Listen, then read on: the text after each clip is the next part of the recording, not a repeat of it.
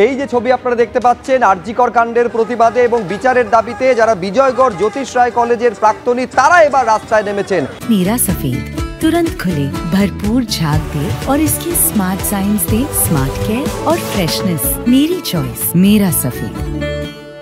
একেবারে বিজয়গড় থেকে শুরু করে যাদবপুর পর্যন্ত তারা হাঁটছেন এবং খেয়াল করুন যারা প্রবীণ, যারা একটা সময় সেখানে পড়াশুনো করেছেন, আজকে একেবারে জীবন সায়ান্নে অনেকে এসে পৌঁছেছেন, তারা পর্যন্ত রাস্তায় নামছেন। সরাসরি ঐশী মুখোপাধ্যায় সেই ছবিটা এই মুহূর্তে তুলে ধরবেন। আমি দেখতে পাচ্ছি তোমার পেছনে সেই মিছিল পায়ে পায়ে এগোচ্ছে। ঐশী,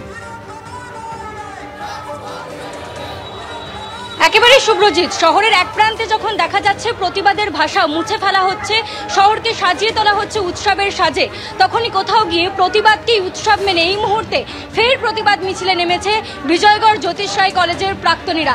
তাদের কণ্ঠে এখন একটাই স্লোগান, বিচার পাবে অভয়া তবেই হবে মহালয়া। অর্থাৎ উৎসবে মেতে ওঠার আগে তারা বিচারের দাবি নিয়ে এখনো সোচ্চারে স্লোগান তুলে পথে পথে হাঁটছেন, পথে নামছেন এবং তারই সঙ্গে স্লোগান তুলে সেই বিচারের দাবি বারংবার মনে করিয়ে দিচ্ছেন। অনেক প্রাক্তনী রয়েছেন, বয়োজ্যেষ্ঠ অনেকে রয়েছে, তাদের থেকে জিজ্ঞেস করব বিচারের দাবিতে 43তম দিনেও আপনারা একেবারে আন্দোলনে অব্যাহত মিছিল করছেন, কি বলবেন? না, এটা তো যতক্ষণ না আমরা বিচার পাচ্ছি ততক্ষণ তো এই আন্দোলন চলবেই। এখানে তো আর কোনো বিষয়ই নেই। এটা তো যতদিন না আমরা বিচার পাচ্ছি সঠিক ততদিন আমাদের এই আন্দোলন চলবে। একেবারে স্পষ্ট তারা বলছে যে ততদিন পর্যন্ত আন্দোলন চলবে যতদিন পর্যন্ত না তারা বিচার পাচ্ছেন। বিরূপাক্ষ বিশ্বাস এবং অভিক দেব একজনকে সকাল 9:50 থেকে এবং আরেকজনকে দুপুর 1:50 থেকে দীর্ঘ জিজ্ঞাসাবাদ চলছে সিবিআই এর তরফে। সরাসরি সুকান্ত মুখোপাধ্যায় আমাদের প্রতিনিধি রয়েছেন। অর্থাৎ একদিকে 8 ঘন্টা আর একদিকে 4 ঘন্টা টানা জিজ্ঞাসাবাদ চলছে। সুকান্ত, কি আপডেট? দেখো, বিরূপাক্ষ বিশ্বাস এবং অন্যদিকে হচ্ছে অভিক দে, দুজনকেই কিন্তু টানা জিজ্ঞাসাবাদ করা হচ্ছে। আজকে 9:50 এখানে এসেছিলেন বিরূপাক্ষ এবং 10টার কিছু পর থেকে তার বয়ান রেকর্ড পর্ব চলছে। অন্যদিকে তার কিছু পরে অভিক দে এখানে আসেন এবং 2টোর কিছু পরে তাকে জিজ্ঞাসাবাদ করা হয়। মূলত আজকেই দুজনকে ডাকার নেপথ্যে কারণ হিসেবে যেটা সিবিআই আধিকারিকেরা বলছেন যে একটি ভাইরাল ভিডিও প্রসঙ্গে। এই ভাইরাল ভিডিওতে দেখা গেছে যাদেরকে ঘটনাস্থলে উপস্থিত ছিলেন তাদের আইডেন্টিফিকেশনে কাজ চালানো হচ্ছে। সিবিআই আধিকারিকদের এই মুহূর্তে তথ্য প্রমাণ লোপাটের যে অ্যাঙ্গেলটি রয়েছে সেটাকে তারা বেশি করে ফোকাস তারা করতে চাইছেন। তার কারণ হচ্ছে এই তথ্য প্রমাণ লোপাটের ক্ষেত্রেই তারা যেটা বুঝতে চাইছেন যে এর মারফতই মূল ঘটনাতে কারা যুক্ত থাকতে পারে তাদের একটা আভাস মেলা সম্ভব। এই তথ্য প্রমাণ লোপাটের ক্ষেত্রে তারা দেখেছেন যে এই ভাইরাল ভিডিওতে অনেকেই যারা রয়েছেন যারা এই হাসপাতালের সাথে সরাসরি যুক্ত নন বা এখানকার তারা চিকিৎসকও ছিলেন না। তাই যারা চিকিৎসক ছিলেন অথচ সেখানে উপস্থিত ছিলেন তাদের একটি তালিকা বানানো হচ্ছে। আরও একটি তালিকা বানানো হচ্ছে যারা বহিরাগত ছিলেন। বিরূপাক্ষ বিশ্বাস তিনি ঘটনার সময় বর্ধমান মেডিকেল কলেজের সিনিয়র রেসিডেন্ট ছিলেন।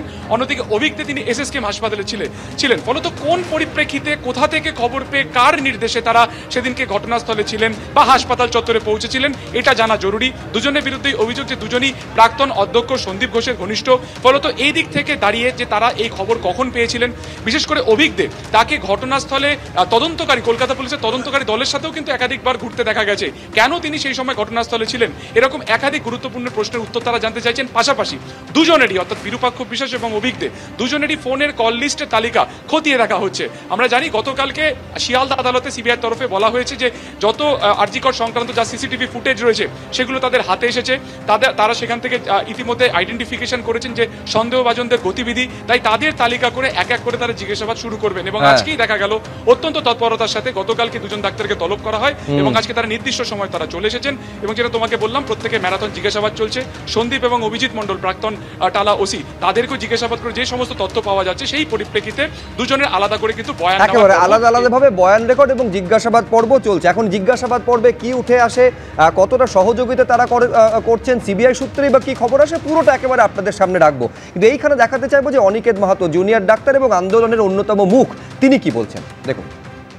সিবিআই কলেজে থ্রেড কালচার যেগুলো তৈরি হয়েছে এই থ্রেড কালচারের জনকরা যদি কেউ থেকে থাকে তাহলে সেটা হচ্ছে বিরূপাক্ষ অভিক দেরা।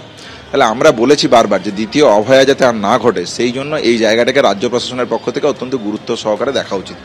যদি এই গুরুত্ব সহকারে না দেখে তাহলে আমরা যেমন আংশিক আজ কাজকর্ম শুরু করছি সেখান থেকে কমপ্লিট শুরুতে আমরা যেতে পারবো না। প্লাস সিবিআই যে ইনভেস্টিগেশন করছে সেই তদন্তের জায়গা থেকে কে বা কারা দোষী এই জায়গাটা সুস্পষ্টভাবে উঠে আসা উচিত। এই জায়গাটা যতক্ষণ না উঠে আসছে ততক্ষণ পর্যন্ত আমরা সম্পূর্ণ কাজে যোগ দিতে পারছি না। রাজ্য প্রশাসকের দিক থেকে থ্রেড কালচার এবং সেফটি সিকিউরিটির প্রশ্নে যে ভিজিবল পদক্ষেপ আমরা নেওয়ার কথা